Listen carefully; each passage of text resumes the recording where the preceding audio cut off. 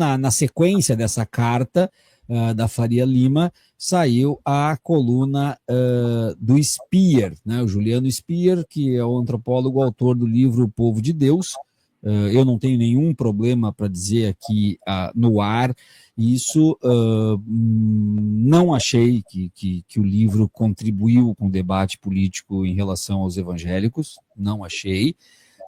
O que eu li do livro, eu não sou um antropólogo especialista no assunto, mas por dialogar nesse meio eu discordei de algumas coisas, e é normal discordar, mas foi o livro que o Lula leu para se aproximar dos evangélicos. Isso aí apareceu até fotos do Lula lendo o livro, e foi recomendado por outros tantos também, O Povo de Deus, geração 2020.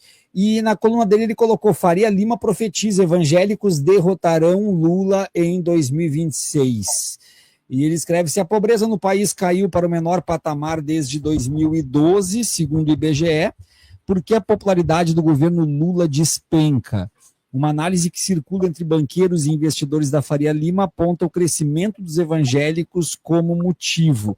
O documento Pregando no Deserto, que é aquele documento que eu coloquei os parágrafos antes, da Mara 7, conclui que o candidato da direita será favorito contra Lula em 2026. O governo, segundo o estudo, queimou antecipadamente recursos para melhorar a imagem do presidente, enquanto o antipetismo pentecostal avança nas camadas populares.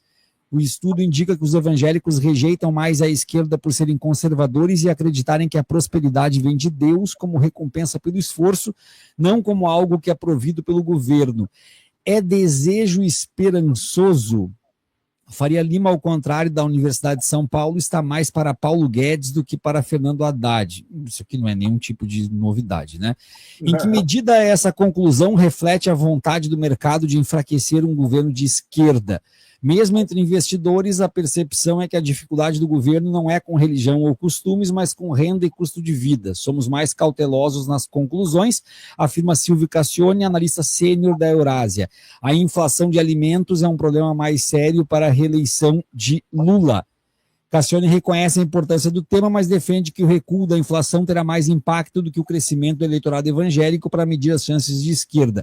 Mas religião pode ser um fator decisivo se o debate eleitoral focar em valores morais. Aqui nós não precisamos mais avançar. O que tinha de importante nesse nosso debate está aqui nessa parte da coluna. E aí eu te pergunto uma coisa, Gondim, que me incomoda também.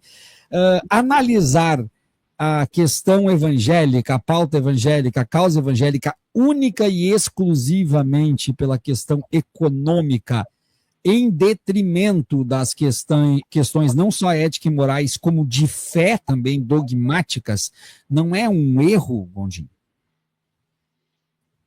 Total. Porque o evangélico, na sua grande maioria, quer dizer, a igreja evangélica no Brasil é um corte da sociedade brasileira. Você tem nas igrejas, uma grande população de gente muito pobre, você tem uma pequena classe média e você tem o 1%, ou 0,1% de pessoas ricas e abastadas. Então, a igreja... Então, o que eu quero dizer com isso é o seguinte: o pobre está acostumado a ser pobre. Ele nasceu na pobreza. Ele viveu na favela, ele vive na favela, ele viu seus pais viverem na favela, ele nunca conheceu outro tipo de mundo senão aquele da favela, da periferia, do controle, agora mais do que nunca, do controle da periferia por facções criminosas e por milicianos. Quer dizer, ele está acostumado com isso. Então, eu acho que não haverá um peso econômico tão grande na próxima eleição como o peso da pauta moral, de costume. Por que eu digo isso? Porque eu acho que o problema da direita, o problema da esquerda em lidar com a direita não é só do Brasil. É um fenômeno hoje mundial. Tivemos a eleição agora na Alemanha, em que a extrema-direita ganhou um grande espaço dentro da política alemã, Inclusive, a Alemanha agora é um país de direita, né? Não é de extrema direita, mas é de direita, conservador. Você tem na Itália, a primeira-ministra é do partido fascista. Você tem aquele maluco lá de El Salvador, esqueci o nome dele aqui agora. Também esqueci. Aquele maluco lá que fez uma mega prisão para prender todo mundo. Que o Eduardo Bolsonaro adora ele. Adora ele. Você tem o Steve Bannon mexendo com. Você tem o Steve Bannon mexendo com. E o Elon Musk mexendo com a política internacional.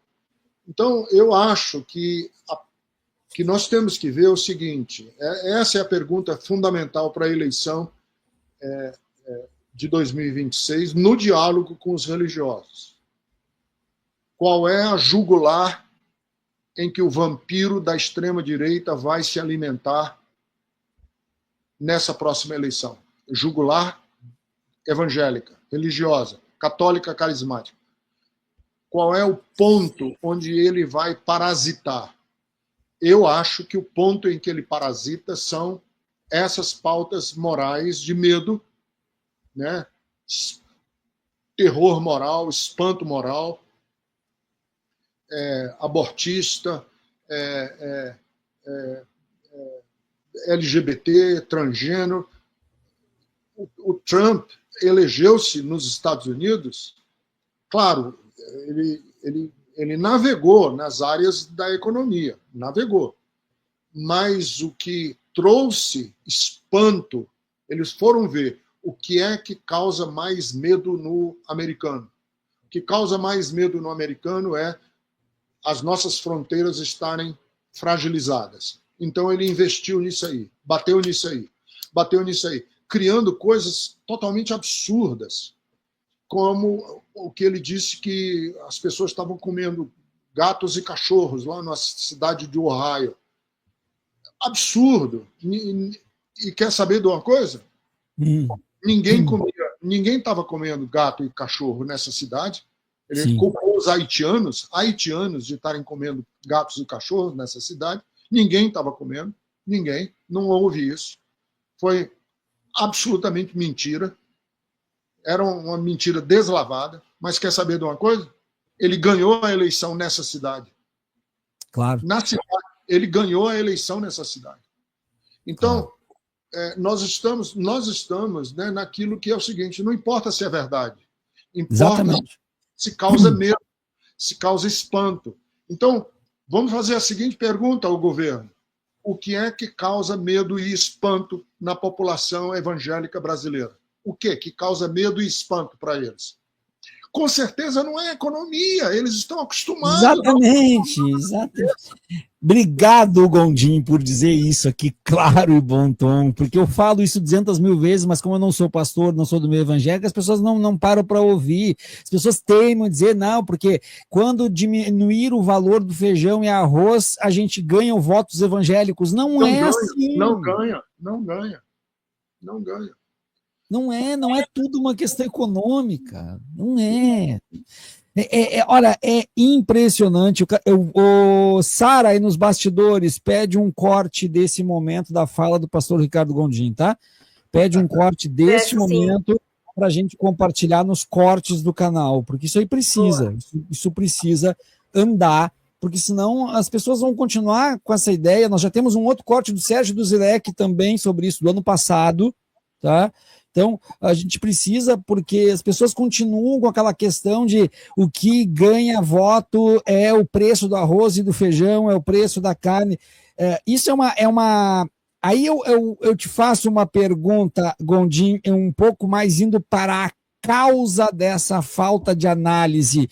Isso é desconhecimento, isso é preguiça, ou isso é má vontade com a própria pauta, o que seria uma contradição a partir do momento que querem se aproximar dos evangélicos. Mas como é que se explica esse discurso de que é a questão econômica? É marxismo demais? Eu queria te ouvir.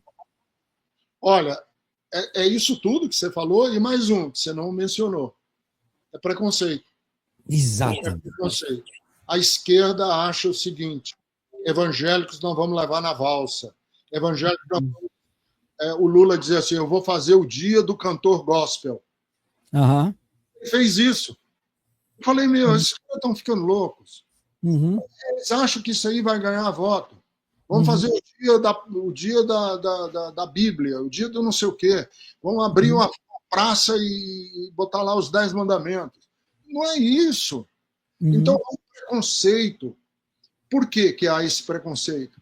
Porque os acadêmicos, os eruditos, os intelectuais que estão na testa do governo acham o seguinte, que ainda estão naquela mentalidade na mentalidade do século XIX, de que religião é algo a ser superado. Ainda está naquele discurso de que religião é algo que é passageiro, e que nos estágios civilizatórios nós vamos conseguir superar isso aí. Não, religião espiritualidade é parte peculiar da nossa humanidade.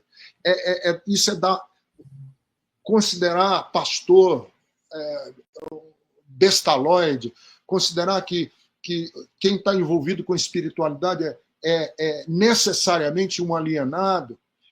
Isso faz com que o governo não queira ter diálogo, queira fazer o jogo do casuísmo, queira fazer o jogo dessa politicagem menor. E não é assim que o governo vai levar. E eu sei que a gente está acabando aqui o horário. Eu não quero ser profeta de mau agouro, não, o Viário. Está cedo ainda, mas eu quero prognosticar. Não quero profetizar, não. Eu quero prognosticar. Se a carruagem andar do jeito que está caminhando, com exceção do Bolsonaro, que eu acredito que ele não vai ser candidato, qualquer candidato que a direita ganhar leva essa próxima eleição. Eu acho que esse não é um tom catastrofista, não. É um tom realista. A gente tem que entender que nós estamos nos perdendo na curva. E perdendo o time, perdendo o diálogo e perdendo o discurso.